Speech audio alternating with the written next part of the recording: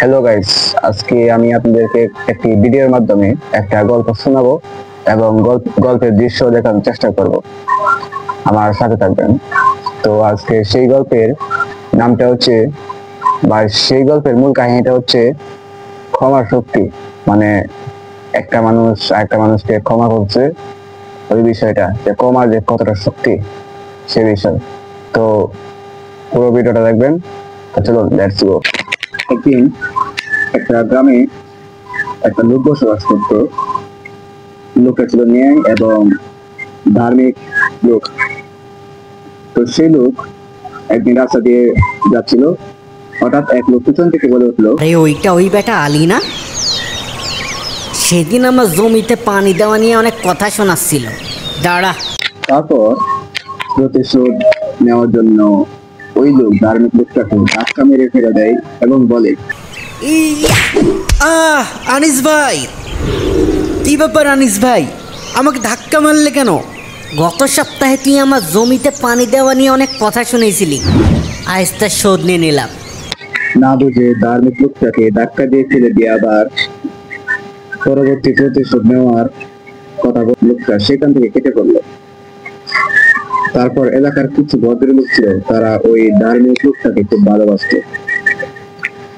ধাক্কা দিয়ে ফেলে দেওয়ার দৃশ্যটা তারা দেখে ফেলে।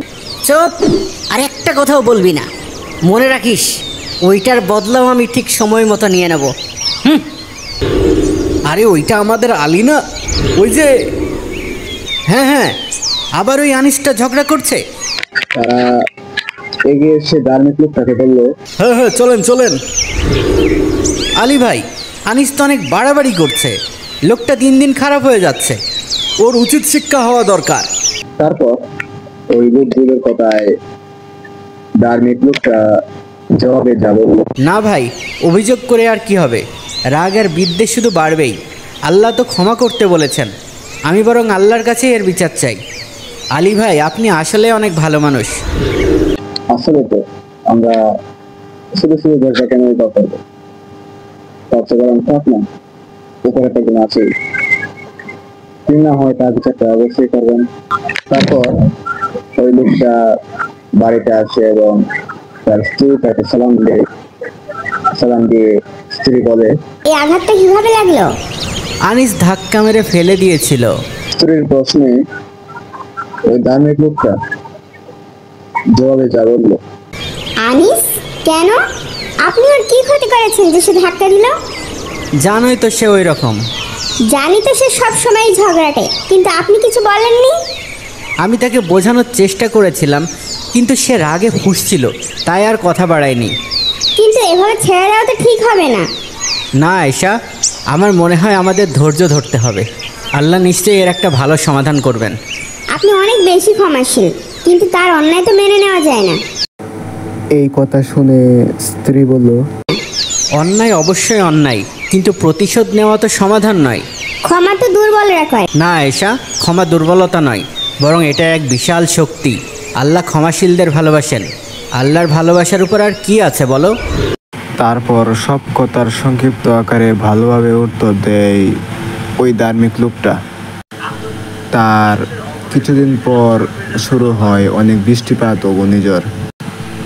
অবশ্য সেই বৃষ্টিতে ডুবে যায় পুরো গ্রাম এবং ওই অহংকারী ব্যক্তির নিজের করা ফসল ফলাদি এবং জমি। তারপর সে অহংকার লোক অসহায় হয়ে বলতে লাগলো, আমার সব ফসল তো নষ্ট হয়ে গেল। তার এই কষ্টের কথা শুনে গ্রামের কিছু লোক বলল, ঝড়ের উপর তো কারো হাত নেই, আপনি ভেঙে পড়বেন না আনিস ভাই। ধৈর্য ধরেন আনিস ভাই, ধৈর্য ধরে। তারপর ওই ধার্মিক লোকটা সেইখানে গিয়ে সালাম দিয়ে দাঁড়ানোর পর ওই অহংকার লোককে বলল, আসসালামু আলাইকুম আনিস ভাই। তুমি তুমি এখানে কি করতে এসেছো? আমার দুর্দশা দেখে খুশি হতে এসেছো? তারপর ওই লোকটার কথা শুনে ধার্মিক লোকটা যা বলল, আনিস ভাই, কারো কষ্টে আমি খুশি হতে পারি না। তোমার ক্ষতিতেও আমি অনেক কষ্ট পেয়েছি। তুমি মিথ্যা বলছো, সেদিন আমি তোমার ক্ষতি করেছিলাম আর আজ আমার ক্ষতি হয়ে গেল। এটা নিশ্চয়ই আল্লাহর বিচার, নিশ্চয়ই এটাই তো বলতে এসেছো। হ্যাঁ, আল্লাহর বিচার অবশ্যই আছে, কিন্তু আল্লাহ চান আমরা একে অপরের প্রতি সহানুভূতিশীল হই। এই বিপদের সময় আমরা তোমার পাশে থাকতে চাই আনিস ভাই। যদি কোনো সাহায্য প্রয়োজন হয় দ্বিধা করো না আনিস ভাই।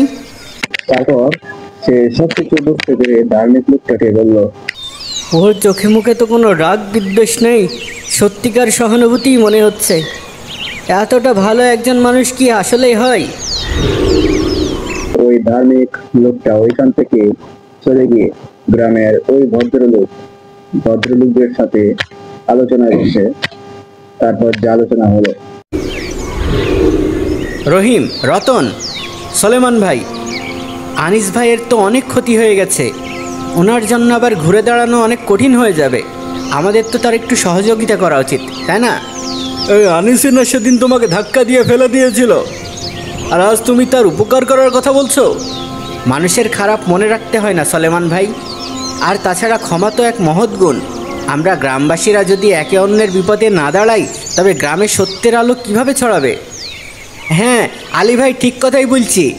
আমাদের উচিত আনিস ভাইকে সাহায্য করা, কিন্তু কিভাবে সাহায্য করবা? আনিস ভাই, আমরা গ্রামের লোকেরা তোমাকে সাহায্য করতে এসেছি। তোমার ক্ষেতটা পরিষ্কার করে দেব এবং নতুন চারার ব্যবস্থাও করে দেব, যেন তুমি নতুন করে আবার চাষাবাদ শুরু করতে পারো। আলোচনা শেষে সবাই একত্রিত হয়ে ওই অহংকার লোকটা সাহায্য করতে যায়। তারপরে এরকম একটা ঘটনা শুনে ওই লোকটা বলল, আলী ভাই, আমার ভুল হয়ে গেছে। সেদিন আমি রাগের বশে তোমার সাথে খারাপ ব্যবহার করেছিলাম। তোমার ক্ষমা এবং সাহায্য আমার চোখ খুলে দিছে। তুমি সত্যি একজন মহৎ মানুষ। আমাকে ক্ষমা করে দাও ভাই। কিন্তু ওই লোকটা জানতো না যে তাকে অনেক আগেই ওই ধার্মিক লোকটা ক্ষমা করে দিয়েছে। আমি তো তোমাকে ক্ষমা সেই দিনই করে দিয়েছিলাম। আল্লাহর বান্দা হিসেবে আমাদের একে অপরের প্রতি সহানুভূতিশীল হওয়া উচিত। রাগ আমাদের শুধু ক্ষতিই করে। চলো আজ থেকে আমরা একে অপরের ভাই হয়ে চলি। হ্যাঁ আলী ভাই। তারপর আর কি সবাই মিলে কাজ শুরু করার পর আবার সবকিছু আবার আগের মতো ঠিক হয়ে যায়।